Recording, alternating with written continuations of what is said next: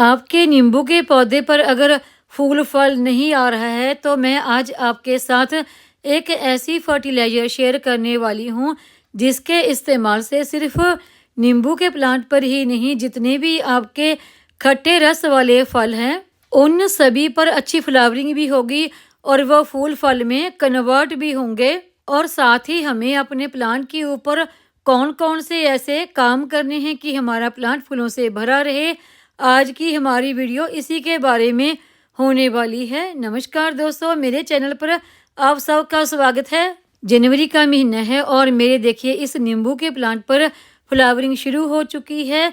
इस प्लांट को मैंने पिछले साल कटिंग से ग्रो किया था और अभी देखिए इसकी ग्रोथ काफ़ी अच्छी हो गई है।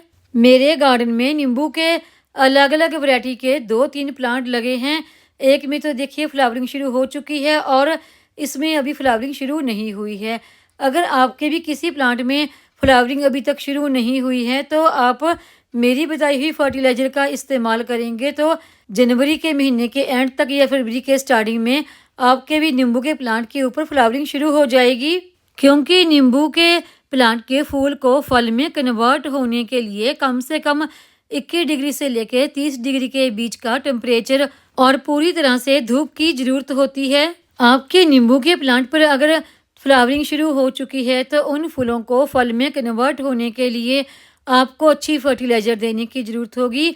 और नींबू के प्लांट पर हमने कुछ ज़रूरी काम भी करने हैं जिसके कारण कि हमारे नींबू के प्लांट पर जो फूल हैं वो ज़्यादा से ज़्यादा फल में कन्वर्ट हो सकें। मैं अपने इस वाले नींबू के प्लांट को वो फर्टिलाइज़र दे चुकी हूँ, तो अभी मुझे फर्टिलाइज़र देनी है इस दूसरे प्लांट को। देखिए इस वाले नींबू के प्लांट पर तो अच्छी फ्लावरिंग हो चुकी है, तो जो मैं फर्टिलाइज़र आपको बताने वाली हूँ, अगर आपके नींबू के प्लांट पर अभी तक फ्लावरिंग बिल्कुल भी नहीं हुई है तो इस फर्टिलाइज़र के इस्तेमाल से उसमें भी फ्लावरिंग जनवरी के एंड तक या फरवरी के शुरुआत में हो जाएगी। नींबू के प्लांट पर अच्छी फ्लावरिंग के लिए तो हमें देखिए अभी नींबू के प्लांट को वहाँ पर रखना है जहाँ पर इसे कम से कम 5 से 6 घंटे की धूप तो जरूर ही मिलती रहे। क्योंकि जो नींबू का प्लांट होता है वो गर्म वातावरण का प्लांट होता है। क्योंकि इस प्लांट को कम धूप मिलने पर जो फूल आते हैं वो फूल फल में कन्वर्ट नहीं हो पाते और वो फूल गिर जाते हैं। नींबू के प्लांट की केयर का अगला पॉइंट है कि नींबू के प्लांट को आप कभी भी छोटे गमले में ना लगाएं। जिस गमले में लगा रहे हैं वो गमला कम से कम 12 इंच का तो ज़रूर होना चाहिए।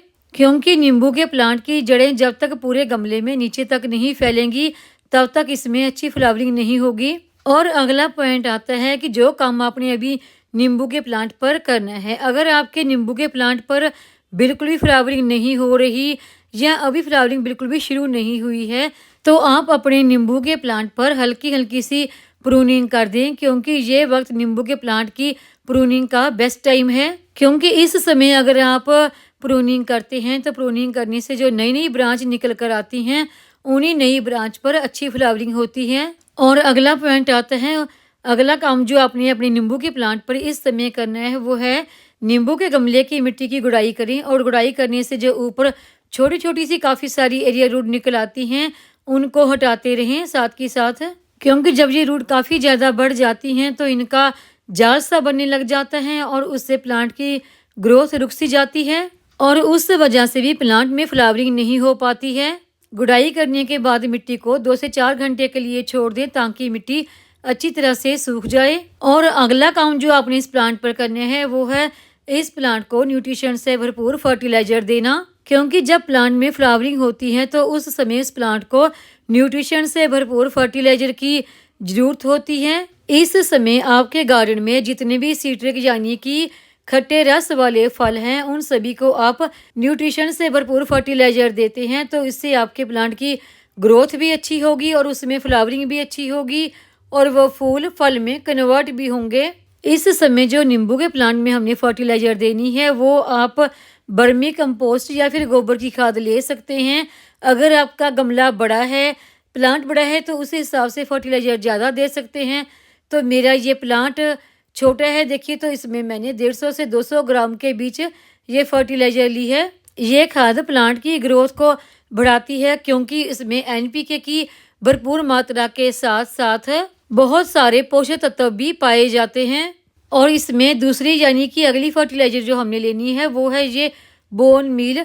बोन मील मैंने यहाँ पर 2 से 3 चम्मच लिए हैं, क्योंकि नींबू के प्लांट को फास्फोरस, कैल्शियम के साथ साथ प्रोटीन से भरपूर फर्टिलाइज़र की भी काफ़ी ज़रूरत होती है, क्योंकि इसकी कमी होने से या तो प्लांट पर फूल आते नहीं, अगर आते हैं तो झड़ना शुरू हो जाते हैं। अगर आप बोन मील का इस्तेमाल नहीं करना चाहते तो उसकी जगह पर आप रॉक फॉस्फेट का भी इस्तेमाल कर सकते हैं। और अगली फर्टिलाइज़र जो हमने लेनी है वो है ये पोटाश। पोटाश के हम यहाँ पर 2 चम्मच इस्तेमाल करेंगे, क्योंकि प्लांट पर पोटाश का इस्तेमाल करने से जो फल का साइज है वो बड़ा हो जाता है और फल में जो रस बनने की मात्रा है वो भी बढ़ जाती है और इसके साथ साथ फल में कोई भी बीमारी नहीं लगती।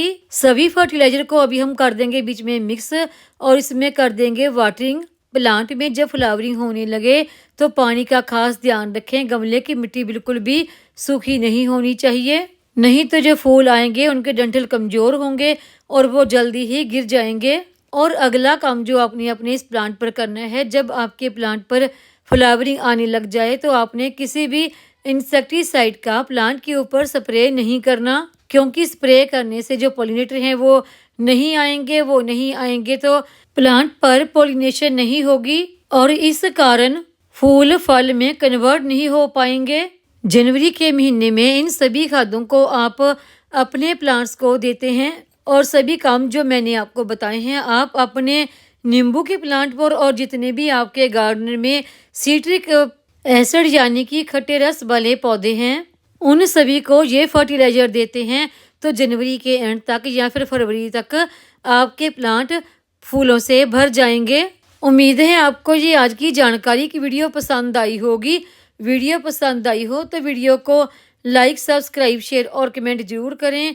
बेल आइकन को दबाएं ताकि मेरी आने वाली हर नई वीडियो का नोटिफिकेशन आपको मिलता रहे।